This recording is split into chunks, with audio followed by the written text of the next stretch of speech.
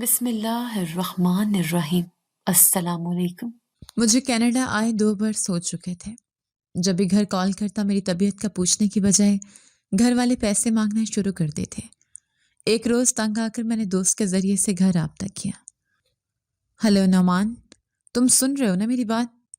وہ دوسری طرف شدید سگنل کا مسئلہ سمجھ کر اونچی آواز میں بول رہے تھے، مگر یہاں میرا وجود برف کی طرح جم چکا تھا۔ ہاں میں سن رہا ہوں، میں نے انتہائی دھیمی اور ٹوٹی ہوئی آواز میں جواب دیا، جس میں درد کی شدت نمایاں تھی۔ ارے تو پھر جواب کیوں نہیں دیتے؟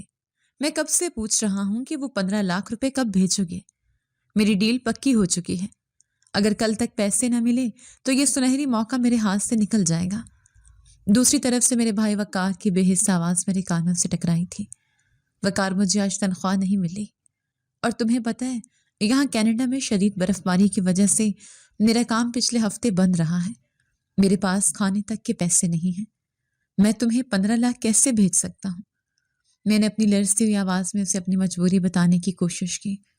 او ہو بھائی، آپ بھی نا بس بہانے بنا لیا کریں۔ اب وہاں کینیڈا میں نوٹوں کی بارش ہوتی ہے اور آپ کہہ رہے ہیں کھانے کے پیسے نہیں ہیں۔ اچھا چھوڑیں یہ ڈرامے، میں امی کو فون دیتا ہوں، وہ خود بات کر لیں گی۔ دوسری طرف سے وقار نے انتہائی لاپرواہی سے فون ماں کے ہاتھ میں تھما دیا۔ نعمان بیٹا، کیوں تنگ کر رہے ہو اپنے بھائی کو؟ بھیج دو نا پیسے، ویسے بھی تم وہاں اکیلے ہو، تمہارا کون سا خرچہ ہے؟ یہاں وقار کا کاروبار سیٹ ہو جائے گا تو تمہارے لیے ہی آسانی ہوگی۔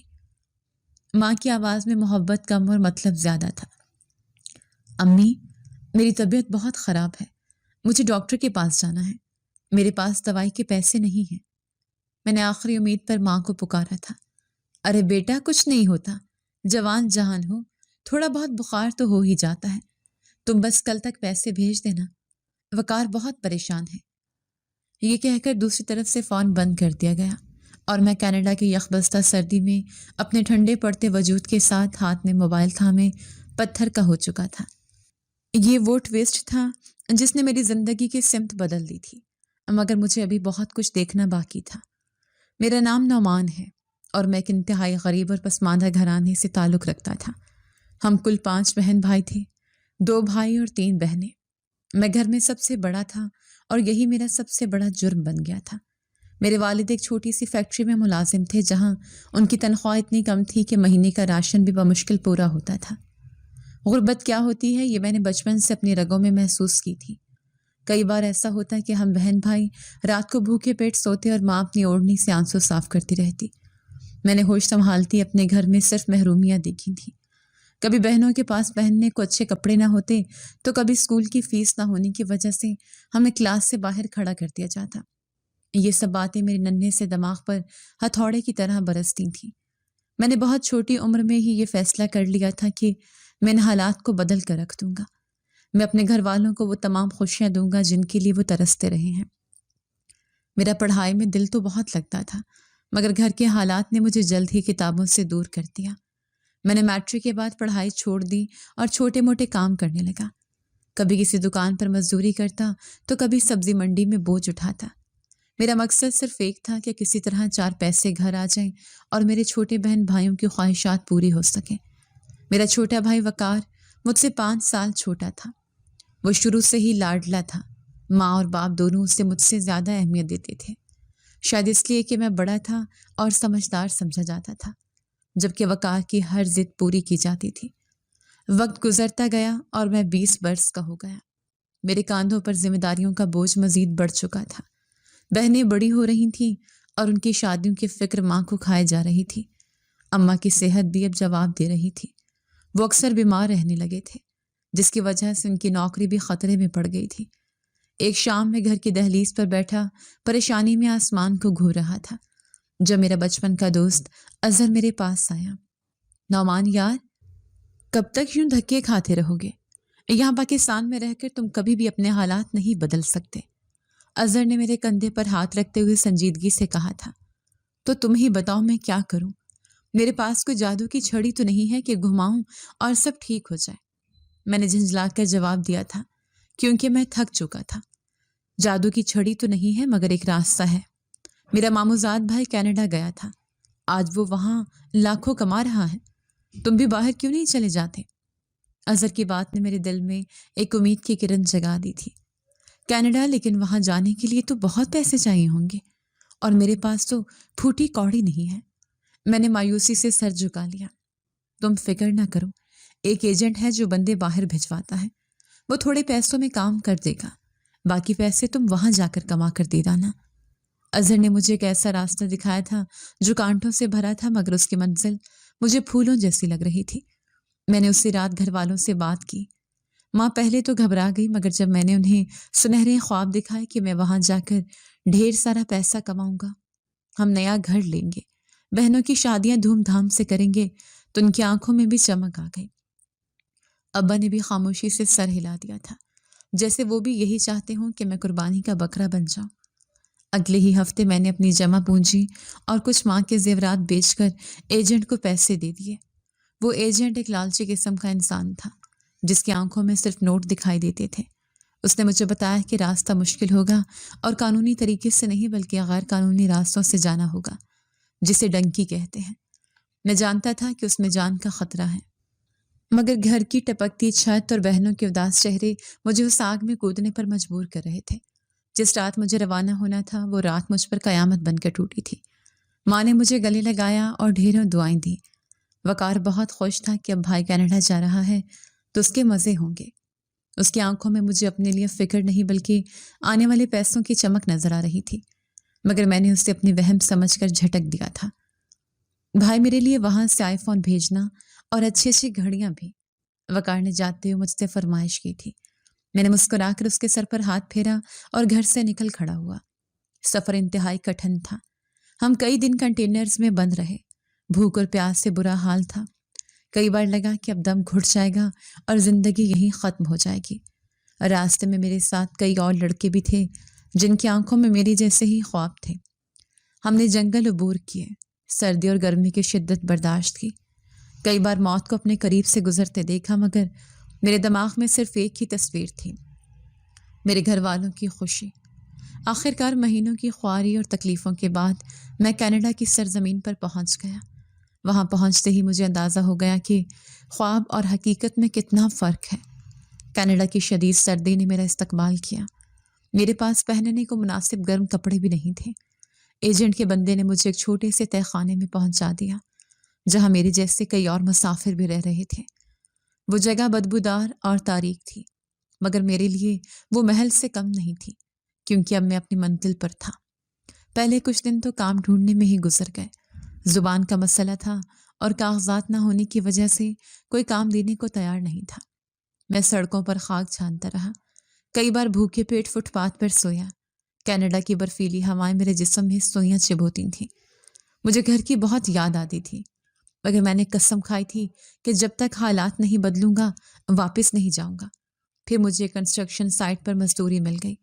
کام بہت سخت تھا اور تنخواہ بہت کم، کیونکہ میرے پاس ورک پرمٹ نہیں تھا، اس لیے مالک میرا استحصال کرتا تھا۔ وہ مجھے دوسروں سے آدھے پیسے دیتا اور کام دگنا لیتا تھا۔ میں صبح سویرے نکلتا اور رات گئے واپس آتا۔ میرا جسم تھکن سے چور ہو جاتا، میرے ہاتھوں میں چھالے پڑ گئے تھے، مگر جب مہینے کے آخر میں مجھے پہلی تنخواہ ملی تو میں سب کچھ بھول گیا۔ میں نے فوراً گھر فون کیا اور بتایا کہ میں نے پیسے کما لیے ہیں۔ ماں کی خوشی کا کوئی ٹھکانہ نہیں تھا۔ میں نے اپنی ضرورت کے لیے صرف چند ڈالر رکھے اور باقی تمام پیسے گھر بھیج دیے۔ میں نے خود سوکھی روٹی کھائی، مگر گھر والوں کو پیٹ بھر کر کھلانے کا سامان کر دیا۔ یہ سلسلہ چل نکلا۔ میں ہر مہینے خون پسینہ ایک کر کے پیسے کماتا اور گھر بھیج دیتا۔ میری زندگی صرف کام اور کمرے تک محدود ہو کر رہ گئی تھی۔ میں نے کبھی کینیڈا کی خوبصورتی نہیں دیکھی تھی، کیونکہ میرے پاس وقت ہی نہیں تھا اور نہ ہی پیسے۔ کچھ عرصے بعد گھر سے فرمائشوں کا سلسلہ شروع ہو گیا۔ پہلے وقار نے بائی کی فرمائش کی، میں نے اوور ٹائم لگا کر اس کے لیے پیسے بھیجے۔ پھر بہن کی شادی طے ہو گئی، جس کے جہیز کے لیے مجھے کئی مہینوں تک 2 نوکریاں کرنی پڑیں۔ میں دن میں کنسٹرکشن کا کام کرتا اور رات کو ایک پیزا شاپ پر برتن دھوتا۔ میری نیند اڑ چکے تھے، آنکھوں کے گرد سیاہ ہلکے پڑ گئے تھے، مگر گھر والے خوش تھے۔ بھائی، تمہاری وجہ سے ہماری ناک اونچی ہو گئی ہے۔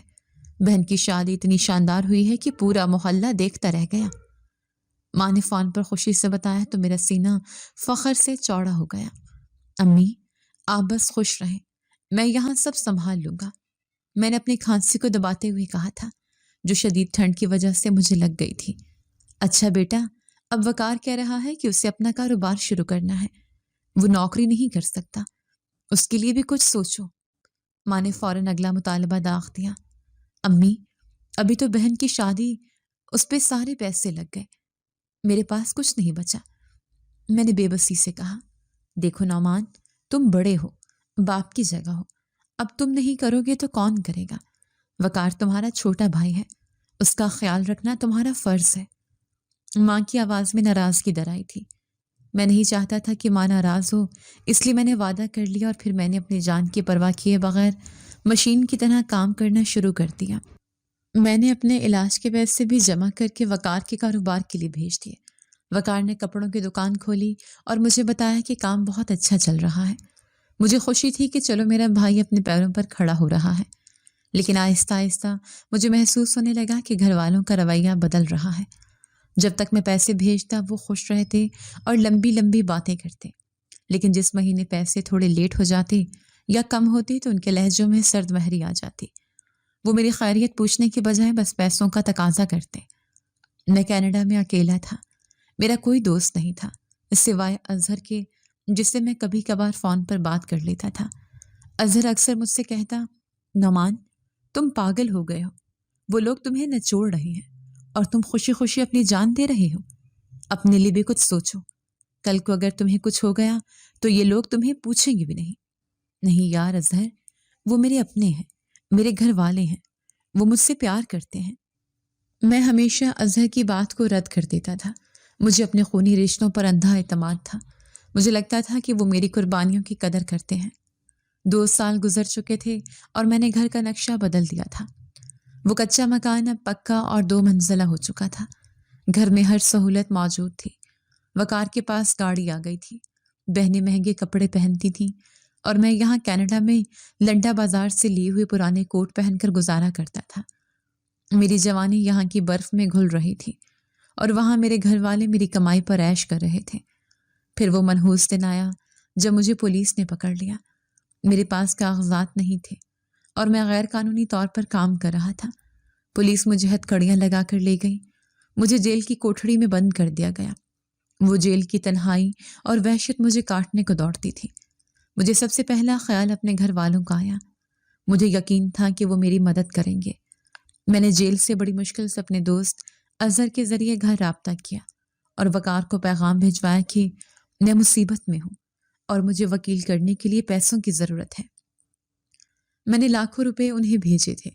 مجھے امید تھی کہ وہ میری مدد کے لیے سب کچھ بیچ دیں گے، لیکن جو جواب مجھے ملا اس نے میرے پیروں تلے سے زمین نکال دی تھی۔ اظہر نے مجھے بتایا کہ وقار نے صاف انکار کر دیا ہے۔ اس نے کہا ہے کہ ہمارے پاس اتنے پیسے نہیں ہیں کہ ہم وکیلوں پر لٹائیں۔ اس نے اپنی مرضی کی تھی، اب بھگتے، ہم کیا کر سکتے ہیں؟ اظہر کی آواز میں دکھ تھا، مگر میرے کانوں میں تو جیسے سیسا پگھل کر ڈال دیا گیا ہو۔ یہ نہیں ہو سکتا اظہر، تم جھوٹ بول رہے ہو، وقار ایسا نہیں کر سکتا، میں نے چیخ کر کہا تھا۔ میرا دل ماننے کو تیار ہی نہیں تھا کہ جن کے لیے میں نے اپنی زندگی برباد کر دی وہ مجھے اس طرح بے یار و مددگار چھوڑ دیں گے۔ نہیں نعمان، یہی سچ ہے، تمہاری ماں نے بھی کہا ہے کہ اب ہم کہاں سے لائیں اتنے پیسے؟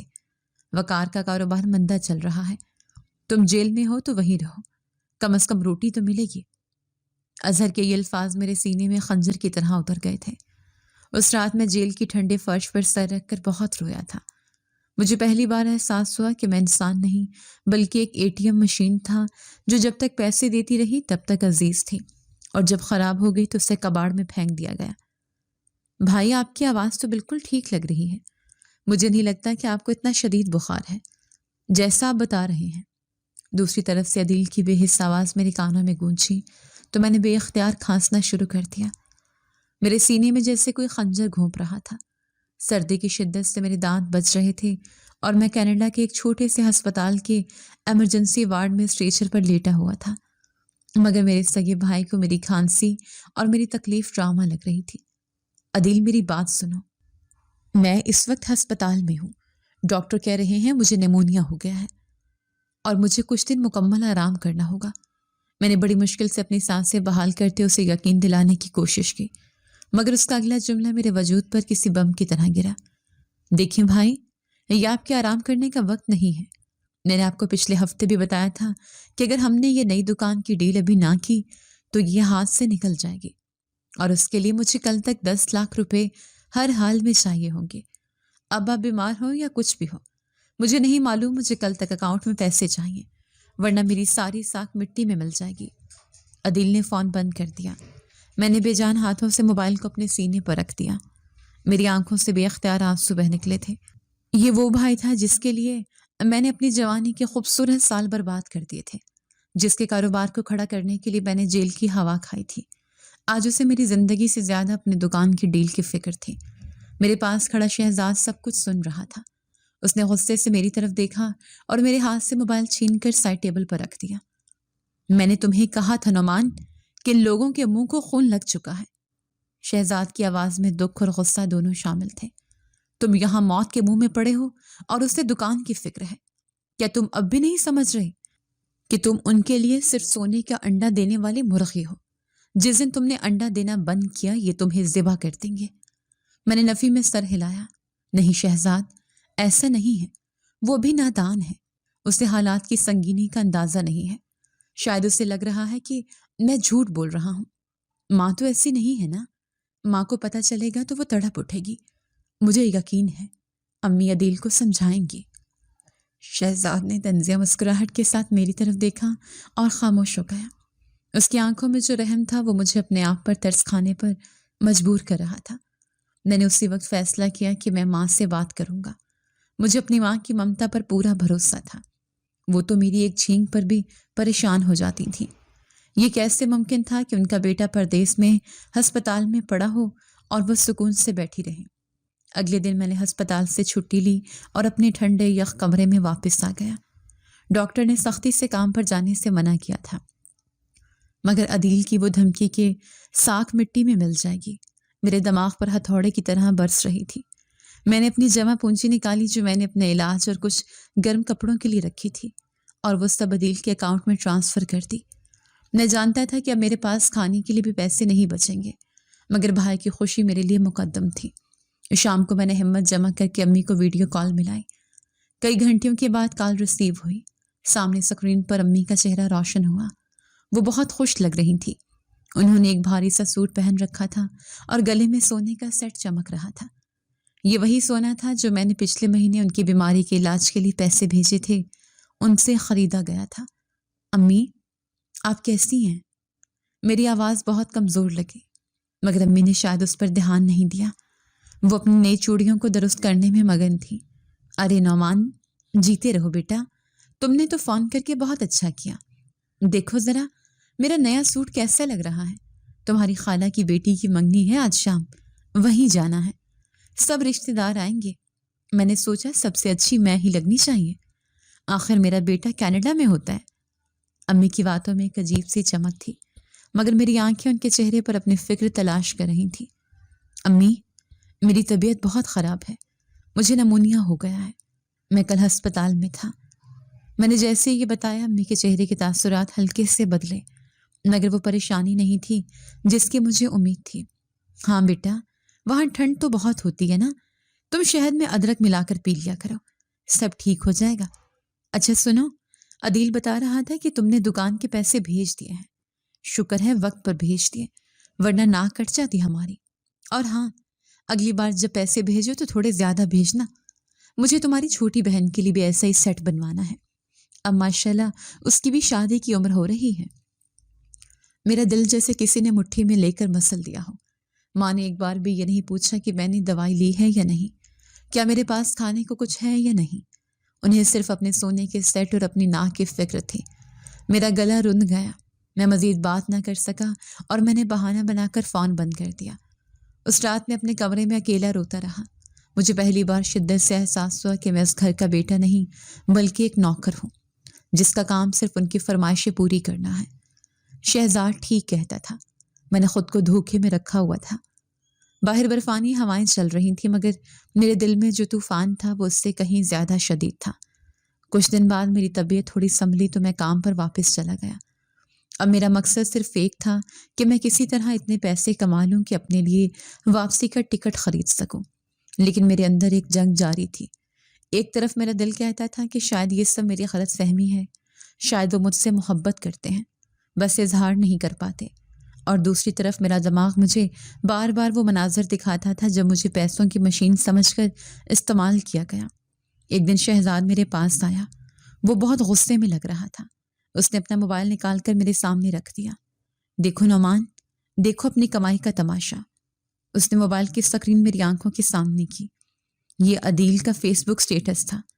وہ دوستوں کے ساتھ کسی مہنگے ریسٹورنٹ میں بیٹھا کھانا کھا رہا تھا، اور تصویر کے نیچے کیپشن لکھا تھا، دوستوں کے ساتھ شاندار پارٹی، لائف انجوائے کرتے ہوئے۔ یہ اسی دن کی تصویر تھی جس دن میں نے اپنا علاج چھوڑ کر اسے دکان کے لیے پیسے بھیجے تھے۔ اس نے وہ پیسے دکان میں لگانے کی بجائے دوستوں پر اڑا دیے۔ میرا خون کھول اٹھا۔ میں نے فوراً عدیل کو کال ملائی۔ اس بار میرا لہجہ وہ نہیں تھا جو ہمیشہ ہوتا تھا۔ عدیل، تم نے مجھ سے کہا تھا کہ تمہیں دکان کے لیے پیسے چاہیے اور تم وہاں پارٹی کر رہے ہو؟ میں نے چیخ کر پوچھا۔ دوسری طرف عدیل شاید ہڑبڑا گیا، لیکن پھر فوراً سنبھل کر بولا، او ہو بھائی، آپ بھی نا چھوٹی چھوٹی باتوں کا پتنگڑ بنا لیتے ہیں۔ وہ ڈیل کینسل ہو گئی تھی تو میں نے سوچا دوستوں کو ٹریٹ دے دوں۔ کیا میں خوش بھی نہیں رہ سکتا؟ آپ وہاں بیٹھ کر ہم پر جاسوسی مت کیا کریں۔ ہم یہاں اپنی مرضی سے جینا چاہتے ہیں۔ آپ کا کام پیسے بھیجنا ہے، آپ وہ بھیج دیا کریں، باقی ہم جانے اور ہمارا کام۔ میرا کام پیسے بھیجنا ہے، یہ جملہ میرے دماغ میں گونجنے لگا۔ میں نے فون کاٹنے سے پہلے صرف اتنا کہا، ٹھیک ہے عدیل، اب تمہیں پیسے ہی ملیں گے، لیکن یاد رکھنا ہر چیز کا حساب ہوتا ہے۔ اس دن کے بعد میں بالکل خاموش ہو گیا۔ میں نے گھر فون کرنا بند کر دیا۔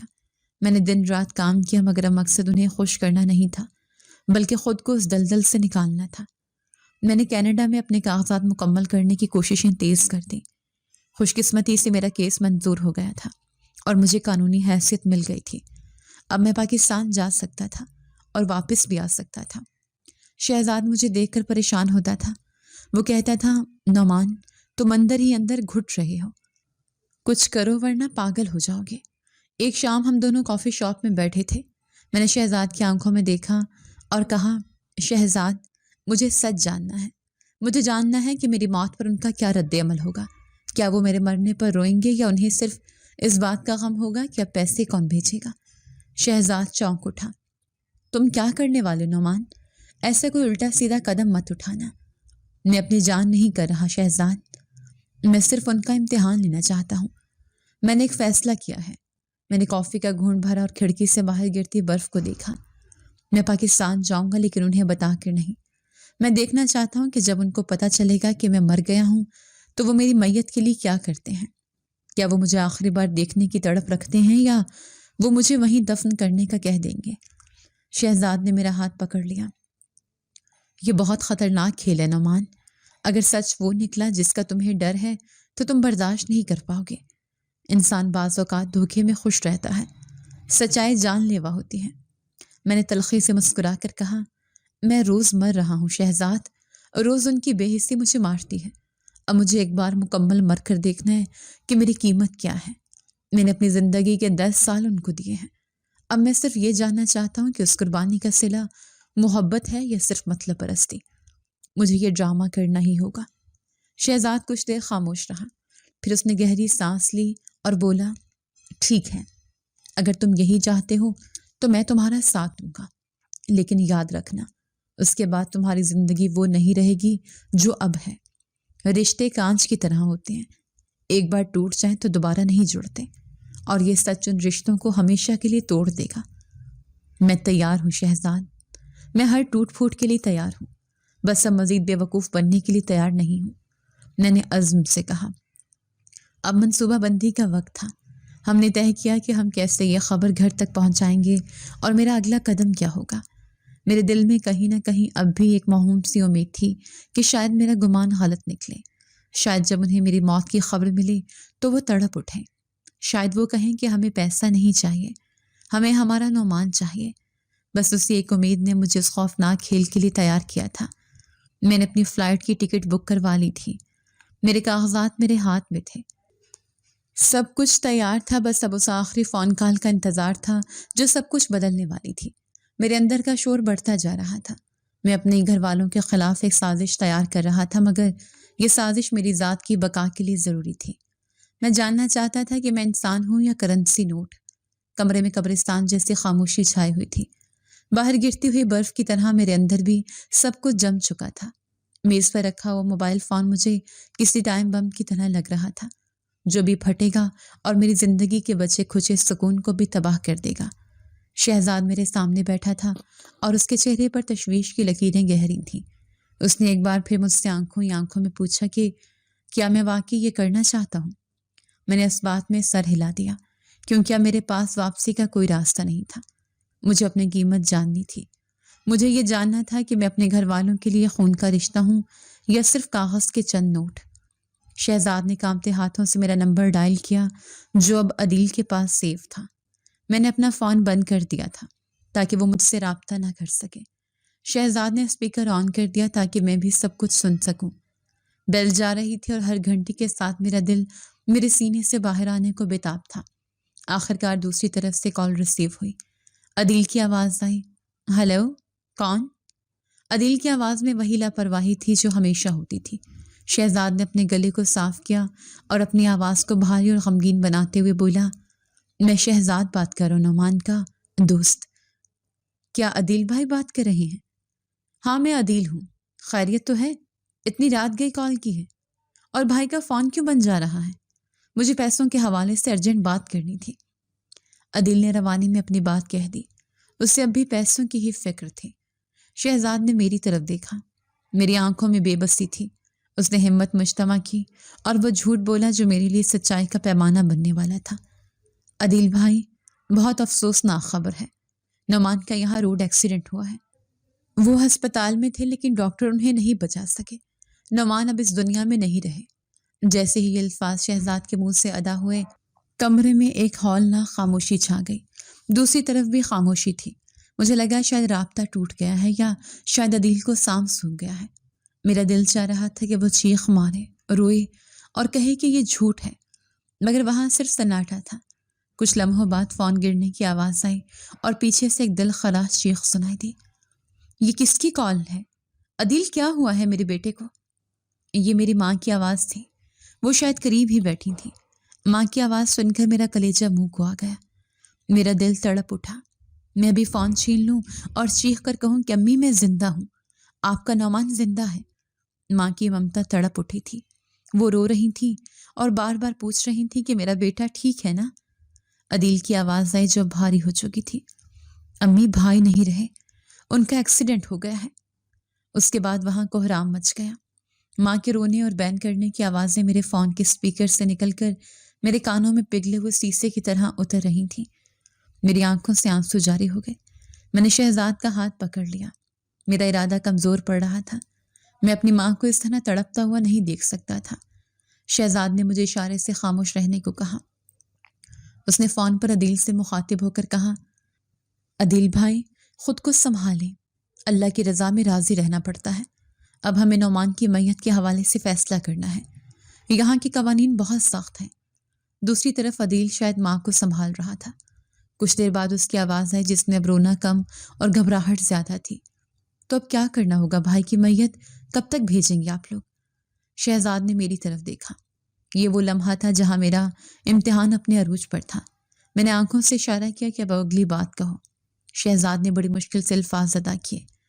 دیکھیں عدیل بھائی، میت کو پاکستان بھجوانے کے لیے بہت اخراجات ہوتے ہیں۔ یہاں کے ہسپتال کا بل اور کارگو کے اخراجات ملا کر تقریباً 15 لاکھ روپے پاکستانی بنتے ہیں۔ نعمان کے اکاؤنٹ میں کچھ پیسے نہیں ہیں کیونکہ وہ سب کچھ آپ کو بھیج چکا تھا۔ اب اگر آپ چاہتے ہیں کہ نعمان کا آخری دیدار کریں اور اسے اپنے وطن کی مٹی نصیب ہو تو آپ کو فوری طور پر 15 لاکھ روپے کا انتظام کر کے بھیجنا ہوگا تاکہ ہم میت روانہ کر سکیں۔ میں نے اپنی سانسیں روک لی تھی۔ یہ میری زندگی کا سب سے بڑا جوا تھا۔ میں نے اپنی پوری زندگی کی کمائی کروڑوں روپے ان پر نچھاور کر دیے تھے۔ 15 لاکھ ان کے لیے کوئی بڑی رقم نہیں تھی، خاص طور پر اس بھائی کے لیے جس کا کاروبار میں نے کھڑا کیا تھا۔ مجھے یقین تھا کہ ماں زیور بیچ دیں گی، عدیل دکان گروی رکھوا دے گا، لیکن مجھے آخری بار دیکھنے کے لیے وہ دنیا الٹ دیں گے۔ دوسری طرف ایک عجیب سی خاموشی چھا گئی۔ ماں کے رونے کی آواز اب بھی آ رہی تھی، لیکن عدیل خاموش تھا۔ چند لمحوں بعد عدیل کی آواز آئی، لیکن اس بار اس کا لہجہ وہ نہیں تھا جو ایک غمزدہ بھائی کا ہونا چاہیے تھا۔ 15 لاکھ روپے؟ یہ تو بہت زیادہ رقم ہے شہزاد بھائی۔ آپ کو تو پتہ ہے کہ وہاں کے حالات کیسے ہیں۔ ابھی تو میں نے نیا مال اٹھایا ہے، ہمارے پاس نقد رقم بالکل نہیں ہے۔ شہزاد نے حیرت سے فون کی طرف دیکھا اور بولا، لیکن عدیل، یہ تمہارے بھائی کی میت کا سوال ہے۔ کیا تم نہیں چاہتے کہ وہ تمہارے پاس آخری آرام گاہ پائے؟ عدیل نے جو جواب دیا اس نے میری روح کو چیر کر رکھ دیا۔ اس کے الفاظ کسی خنجر سے زیادہ تیز تھے۔ دیکھو شہزاد، جذباتی ہونے کی ضرورت نہیں ہے۔ مرنے والا تو مر گیا، اب اس کی لاش پر 15 لاکھ روپے لگانا کہاں کی عقل مندی ہے؟ یہاں لا کر بھی تو مٹی میں ہی دبانا ہے نا، اور وہاں بھی مٹی میں ہی جانا ہے۔ ایسا کرو اسے وہیں دفن کر دو، ہمیں کوئی اعتراض نہیں ہوگا۔ ہم یہاں غائبانہ نماز جنازہ پڑھ لیں گے۔ 15 لاکھ روپے بہت بڑی رقم ہے، ہم افورڈ نہیں کر سکتے۔ فون کال کٹ گئی۔ وہاں ٹون ٹون کی آواز گونج رہی تھی، مگر میرے لیے کائنات تھم چکی تھی۔ میں زندہ تھا، مگر اس ایک جملے نے مجھے مار دیا تھا۔ یہاں لا کر بھی تو مٹی میں ہی دبانا ہے۔ میرے اپنے سگے بھائی نے، جس کے لیے میں نے کینیڈا کی سڑکوں پر جھاڑو دی، جس کے لیے میں نے فاقے کاٹے، اس نے میری لاش کی قیمت 15 لاکھ روپے بھی نہیں سمجھی۔ اس نے پیسے بچانے کے لیے مجھے پردیس میں لاوارث چھوڑنے کا فیصلہ کر لیا تھا۔ شہزاد نے افسوس سے میری طرف دیکھا، اس کی آنکھوں میں نمی تھی۔ وہ کچھ کہنا چاہتا تھا مگر الفاظ اس کا ساتھ نہیں دے رہے تھے۔ میں اپنی جگہ سے اٹھا، میرے وجود میں ایک عجیب سی طاقت آ گئی تھی۔ یہ طاقت غم کی نہیں، یہ نفرت اور انتقام کی طاقت تھی۔ میرے آنسو خشک ہو چکے تھے، میرا دل جو کچھ دیر پہلے ماں کی ممتا کے لیے تڑپ رہا تھا اب پتھر کا ہو چکا تھا، کیونکہ میں نے سنا تھا کہ جب عدیل نے منع کیا تو ماں کی آواز نہیں آئی تھی کہ نہیں، مجھے میرا بیٹا چاہیے۔ شاید ماں کو بھی بیٹے سے زیادہ اس دولت کا غم تھا جو آنا بند ہو گئی تھی۔ میں نے شہزاد کی طرف دیکھا اور ایک اسپاٹ لہجے میں کہا، بکنگ کرو شہزاد، مجھے پاکستان جانا ہے۔ شہزاد حیران رہ گیا۔ تم کیا کہہ رہے ہو نعمان؟ وہ تمہیں مردہ سمجھ چکے ہیں، تم وہاں جا کر کیا کرو گے؟ وہ تمہیں دیکھ کر ڈر جائیں گے۔ میں نے ایک سر داں بھری اور کہا، میں وہاں جا کر اپنی موت کا تماشا دیکھنا چاہتا ہوں۔ میں دیکھنا چاہتا ہوں کہ میرے مرنے کے بعد وہ میری کمائی پر کیسے جشن مناتے ہیں۔ میں دیکھنا چاہتا ہوں کہ جس گھر کو میں نے اپنے خون پسینے سے بنایا ہے وہاں میرے نام کی فاتحہ بھی پڑھی جاتی ہے یا نہیں۔ میں جاؤں گا شہزاد، اور اسی فلائٹ سے جاؤں گا جس میں میری میت کو جانا تھا۔ شہزاد نے مجھے روکنے کی کوشش نہیں کی۔ اس نے سمجھ لیا تھا کہ اب نعمان مر چکا ہے، اور جو شخص اس کے سامنے کھڑا ہے وہ صرف ایک زخمی روح ہے جو اپنے قاتلوں کو دیکھنے جا رہی ہے۔ ہم نے فوراً ٹکٹ بک کروائی۔ میرے پاس اب کھونے کے لیے کچھ نہیں تھا۔ میں نے اپنا مختصر سا سامان باندھا جس میں میرے کپڑے کم اور ٹوٹی ہوئی امیدیں زیادہ تھیں۔ سفر کے دوران میں جہاز کی کھڑکی سے باہر گھورتا رہا۔ بادلوں کے اوپر سفر کرتے ہوئے میں ماضی کے ان دریچوں میں جھانک رہا تھا جہاں میں نے اپنے گھر والوں کے لیے خواب دیکھے تھے۔ مجھے یاد آیا کہ کیسے میں نے اپنی بہن کی شادی پر اسے سونے کا ہار دیا تھا اور اس نے کہا تھا، بھائی آپ میرے ہیرو ہیں۔ مجھے یاد آیا جب عدیل نے نئی گاڑی لی تھی تو اس نے ویڈیو کال پر روتے ہوئے کہا تھا کہ بھائی یہ سب آپ کی وجہ سے ہے، سب جھوٹ تھا، سب فریب تھا۔ وہ صرف میری جیب سے پیار کرتے تھے، میری ذات سے نہیں۔ جہاز اسلام آباد ایئرپورٹ پر لینڈ کر رہا تھا۔ میرا دل ایک عجیب سی کیفیت میں مبتلا تھا۔ میں اپنے ہی گھر جا رہا تھا، مگر ایک مہمان کی طرح نہیں بلکہ ایک بھولی بسری یاد کی طرح۔ میں نے فیصلہ کر لیا تھا کہ میں انہیں پہلے نہیں بتاؤں گا۔ میں اچانک ان کے سامنے آؤں گا۔ میں دیکھنا چاہتا ہوں کہ ان کے چہروں پر کیا رنگ آتے ہیں جب وہ اس شخص کو زندہ دیکھیں گے جس کی تدفین کے پیسے بچا کر انہوں نے سکون کا سانس لیا تھا۔ میں نے ایئرپورٹ سے ٹیکسی لی اور اپنے شہر کی طرف روانہ ہو گیا۔ راستے وہی تھے، گلیاں وہی تھیں، مگر دیکھنے والی آنکھیں بدل چکی تھیں۔ ٹیکسی ڈرائیور نے ریڈیو پر کوئی پرانا گانا لگایا ہوا تھا جو میرے حالات پر طنز کر رہا تھا۔ میں اپنے محلے میں پہنچا تو دل کی دھڑکن بے ترتیب ہو گئی۔ میں نے چادر سے اپنا چہرہ آدھا چھپا لیا تاکہ کوئی محلے دار مجھے پہچان نہ لے۔ گلی کے کونے پر ہمارا عالیشان گھر کھڑا تھا جس کے باہر مہنگی ٹائلز لگی ہوئی تھی۔ یہ وہی گھر تھا جس کی بنیادوں میں میرا خون شامل تھا۔ میں نے ٹیکسی والے کو وہیں روکا اور کرایہ ادا کر کے نیچے اتر آیا۔ قدم بھاری تھے مگر ارادہ پختہ تھا۔ میں آہستہ آہستہ چلتا ہوا دروازے تک پہنچا۔ دروازہ کھلا ہوا تھا اور اندر سے کسی کے ہنسنے کی آواز آ رہی تھی۔ یہ ہنسی میرے لیے اجنبی نہیں تھی یہ عدیل کی آواز تھی۔ میرا بھائی جو بھی کل فون پر کہہ رہا تھا کہ میرے پاس کفن دفن کے پیسے نہیں ہیں، وہ ہنس رہا تھا۔ میں نے ایک گہری سانس لی۔ میں نے جیسی گھر کے اندر قدم رکھا تو میری آنکھیں پھٹی کی پھٹی رہ گئیں۔ سامنے کا منظر دیکھ کر میرے دماغ نے کام کرنا چھوڑ دیا تھا۔ یہ وہ 2 کمروں والا کچا مکان نہیں تھا جسے میں چھوڑ کر گیا تھا، بلکہ یہ کالی شان کوٹھی تھی۔ دیواروں پر مہنگے وال پیپرز لگے ہوئے تھے اور چھت سے لٹکتا ہوا فانوس اپنی روشنی سے آنکھوں کو خیرہ کر رہا تھا۔ فرش پر اتنا شفاف سنگ مرمر لگا تھا کہ اس میں انسان اپنا چہرہ دیکھ سکتا تھا۔ یہ سب میری محنت تھی، میری ہڈیوں کا سرما تھا جس سے یہ محل تعمیر ہوا تھا، مگر اس محل میں میرے لیے کوئی جگہ نہیں تھی۔ میں آہستہ قدموں سے آگے بڑھا۔ لاؤنج میں مہنگے صوفے پر عدیل نیم دراز تھا۔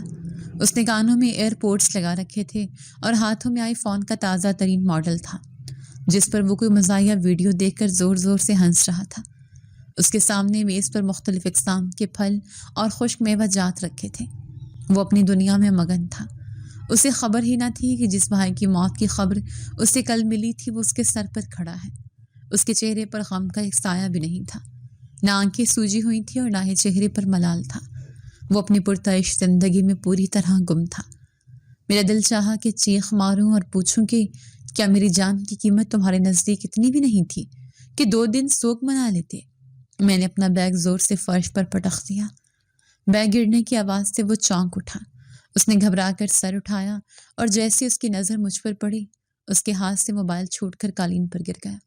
اس کا رنگ ہلدی کی طرح زرد ہو گیا اور وہ خوف سے پیچھے ہٹا۔ بھائی، آپ تو… اس کے حلق سے آواز نہیں نکل رہی تھی۔ اسے یقین نہیں آ رہا تھا کہ وہ مجھے دیکھ رہا ہے۔ اسے لگا شاید میں کوئی بھوت ہوں جو اپنا حساب لینے آیا ہوں۔ میں نے ایک سرد اور طنزیہ مسکراہٹ کے ساتھ اس کی طرف دیکھا اور آہستہ سے کہا، ہاں میں۔ کیا ہوا عدیل؟ تمہیں خوشی نہیں ہوئی اپنے مردہ بھائی کو دیکھ کر؟ یا تمہیں ڈر لگ رہا ہے کہ تمہارے 15 لاکھ بچانے کا پلان فیل ہو گیا ہے؟ میرے الفاظ اس کے لیے کسی کوڑے سے کم نہیں تھے۔ وہ ابھی کچھ بولنے ہی والا تھا کہ اندر کمرے سے امی کی آواز آئی، عدیل بیٹا، کس سے باتیں کر رہی ہو؟ اور یہ شور کیسا ہے؟ اور پھر اگلے ہی لمحے امی کمرے سے باہر نکل آئیں۔ انہوں نے مجھے دیکھا تو وہیں ساکت ہو گئیں۔ ان کے ہاتھ میں پانی کا گلاس تھا جو چھوٹ کر فرش پر چکنا چور ہو گیا۔ ان کی آنکھوں میں بے یقینی تھی، لیکن پھر ممتا کا جذبہ غالب آ گیا۔ وہ دیوانہ وار میری طرف دوڑیں۔ نعمان، میرا بیٹا، تم زندہ ہو؟ وہ مجھ سے لپٹ گئیں۔ وہ پھوٹ پھوٹ کر رو رہی تھیں۔ ان کے آنسو میرے سینے کو بھگو رہے تھے، مگر میرا دل پتھر کا ہو چکا تھا۔ میرا جسم ان کے حصار میں تھا، لیکن میری روح وہاں نہیں تھی۔ میں ایک زندہ لاش کی طرح کھڑا رہا۔ میں نے ہاتھ اٹھا کر انہیں دلاسا نہیں دیا۔ میرا وجود سرد ہو چکا تھا۔ جس ماں کے لیے میں نے اپنی زندگی وقف کر دی تھی، اس نے بھی میرے تابوت پر سودے بازی کی تھی۔ میں نے آہستگی سے خود کو ان کی گریز سے آزاد کیا، پیچھے ہٹا۔ میری آنکھوں میں آنسو تھے، مگر یہ خوشی کے نہیں بلکہ دکھ اور کرب کے آنسو تھے۔ میں نے ماں کی آنکھوں میں دیکھا اور سوال کیا، امی، آپ رو کیوں رہی ہیں؟ آپ کو تو خوش ہونا چاہیے تھا کہ آپ کے 15 لاکھ روپے بچ گئے۔ میں تو مر چکا تھا نا۔ آپ سب نے مل کر فیصلہ کر لیا تھا کہ مجھے وہیں کینیڈا کی برف میں دفن کر دیا جائے، کیونکہ مجھے واپس لانا مہنگا سودا تھا۔ میری بات سن کر امی نے نظریں جھکا لی۔ عدیل بھی سر جھکائے کھڑا تھا۔ کمرے میں موت جیسا سناٹا چھا گیا۔ میری آواز بلند ہو گئی، بولیے نا، چپ کیوں ہیں؟ جب شہزاد نے کال کی تھی تو آپ لوگوں نے کیا کہا تھا، یاد ہے آپ کو؟ عدیل، تم بتاؤ۔ تم نے کہا تھا کہ یہاں لا کر بھی تو مٹی میں دبانا ہے، تو پھر آج میں زندہ کیسے واپس آ گیا؟ افسوس ہو رہا ہوگا نا کہ یہ واپس کیوں آ گیا، اب پھر سے جائیداد میں حصہ مانگے گا۔ عدیل اچانک میرے قدموں میں بیٹھ گیا۔ اس نے میرے پیر پکڑ لیے اور رونے لگا۔ بھائی، مجھے معاف کر دیں، خدا کا واسطہ ہے، مجھے معاف کر دیں۔ میں بہک گیا تھا، مجھے پیسوں کی لالچ نے اندھا کر دیا تھا۔ یہ میرا اکیلے کا فیصلہ نہیں تھا بھائی، ہم سب ڈر گئے تھے کہ اگر 15 لاکھ دے دیے تو کاروبار کیسے چلے گا۔ میں نے جھٹکے سے اپنے پیر چھڑوائے اور نفرت سے اس کی طرف دیکھا۔ تو کاروبار میرے جنازے سے زیادہ اہم تھا۔ میری پوری زندگی کی کمائی تم نے اس گھر اور دکان پر لگا دی، اور میرے آخری سفر کے لیے تمہارے پاس پیسے نہیں تھے۔ تم نے مجھے پردیس میں لاوارث چھوڑ دیا۔ تم جانتے ہو وہاں کیسا محسوس ہوتا ہے جب اپنا ہی خون آپ کی لاش کو اپنانے سے انکار کر دے۔ میں نے وہاں جیل کاٹی، بھوکا رہا، سردی میں ٹھٹھرتا رہا تاکہ تم گرم بستر پر سو سکو، اور تم نے بدلے میں مجھے کیا دیا؟ ایک بے نام قبر۔ امی نے میرے کندھے پر ہاتھ رکھا اور روتے ہوئے بولی، بیٹا میری بات سنو، میں ماں ہوں، میرا کلیجہ پھٹ رہا تھا لیکن میں کیا کرتی؟ عدیل نے مجھے سمجھایا تھا کہ نعمان تو اب چلا گیا ہے، وہ واپس تو نہیں آ سکتا، اگر ہم نے جمع پونجی اس کی میت پر لگا دی تو عدیل کا کاروبار ٹھپ ہو جائے گا، زندہ لوگوں کا پیٹ پالنا مردوں پر خرچ کرنے سے زیادہ ضروری تھا۔ میں نے سوچا کہ جو بیٹا مجھ سے چھن گیا وہ تو گیا ہی، اب دوسرے بیٹے کا نقصان کیوں کروں؟ میں نے دل پر پتھر رکھ کر یہ فیصلہ کیا تھا۔ ماں کے منہ سے یہ منطق سن کر مجھے لگا کہ کسی نے میرے سینے میں خنجر گھونپ دیا ہے۔ زندہ لوگوں کا پیٹ پالنا، یہ جملہ میرے سماعتوں میں گونجنے لگا۔ تو میری حیثیت صرف یہ تھی کہ میں کما کر دوں۔ جب تک میں زندہ تھا اور کما رہا تھا، میں ان کا بیٹا تھا، میں ان کا بھائی تھا۔ جیسے میں ان کی نظر میں مر گیا، میں ایک بوجھ بن گیا، ایک ایسا خرچہ جسے بچانا عقل مندی تھی۔ میں ہنسا اور ہنستا ہی چلا گیا۔ میری ہنسی میں پاگل پن تھا۔ عدیل اور امی مجھے خوفزدہ نظروں سے دیکھ رہے تھے۔ واہ، کیا زبردست فیصلہ تھا! میں نے تالیاں بجائی۔ ماں، آپ نے تو ممتا کی نئی تعریف لکھ دی۔ آپ نے بالکل صحیح کہا، میں تو صرف ایک مشین تھا، ایک ATM مشین۔ جب مشین خراب ہو گئی تو اسے کباڑ میں پھینک دیا، اسے گھر لا کر سجانے کا کیا فائدہ؟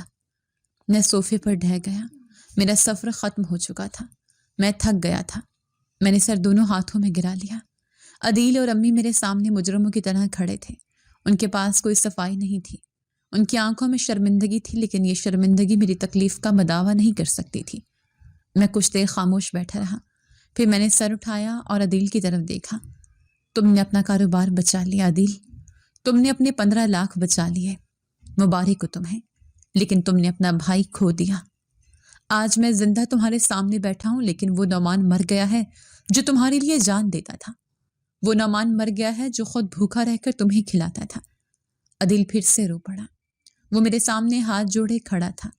بھائی، ایسا مت کہیں، ہم آپ کے بغیر کچھ نہیں ہیں، یہ گھر، یہ سب کچھ آپ کا ہے، ہم آپ کے مجرم ہیں، آپ جو سزا دیں گے ہمیں قبول ہے، بس ہمیں چھوڑ کر مت جائیں۔ میں نے چاروں طرف اس عالیشان گھر کو دیکھا، یہ دیواریں مجھے کاٹنے کو دوڑ رہی تھیں، یہاں کی ہر چیز پر میرا نام لکھا تھا، لیکن یہاں کے مکینوں کے دلوں میں میرا نام مٹ چکا تھا۔ میں نے گہری سانس لی اور فیصلہ کن لہجے میں کہا، میں کہیں نہیں جا رہا، یہ گھر میرا ہے، میں یہی رہوں گا، لیکن اب رشتہ وہ نہیں رہے گا، اب میں صرف اپنی ذات کے لیے جیوں گا۔ آج سے تم لوگ میرے لیے صرف رشتہ دار ہو۔ وہ محبت اور وہ اعتماد جو میں نے تم لوگوں پر کیا تھا، وہ اس کینیڈا کی فلائٹ کے ساتھ ہی ختم ہو گیا ہے۔ امی نے آگے بڑھ کر مجھے سینے سے لگانا چاہا، لیکن میں نے انہیں روک دیا۔ نہیں امی، اب نہیں، اب یہ ڈرامہ نہیں، مجھے پتہ چل چکا ہے کہ آپ لوگ مجھ سے نہیں، میری جیب سے پیار کرتے ہیں۔ میں آپ لوگوں کو چھوڑ کر نہیں جا رہا، کیونکہ میرے پاس جانے کے لیے کوئی اور جگہ نہیں، لیکن یاد رکھنا، جس دن میرے پاس پیسے ختم ہو گئے، میں جانتا ہوں آپ لوگ مجھے دوبارہ زندہ درگور کر دیں گے۔ اس رات میں اپنے ہی گھر کے مہمان خانے میں سویا۔ میرے اپنے بیڈ روم پر عدیل کا قبضہ تھا، میں نے اسے وہاں سے نہیں اٹھایا۔ مجھے اپنی اب ان چیزوں سے کوئی رغبت نہیں رہی تھی۔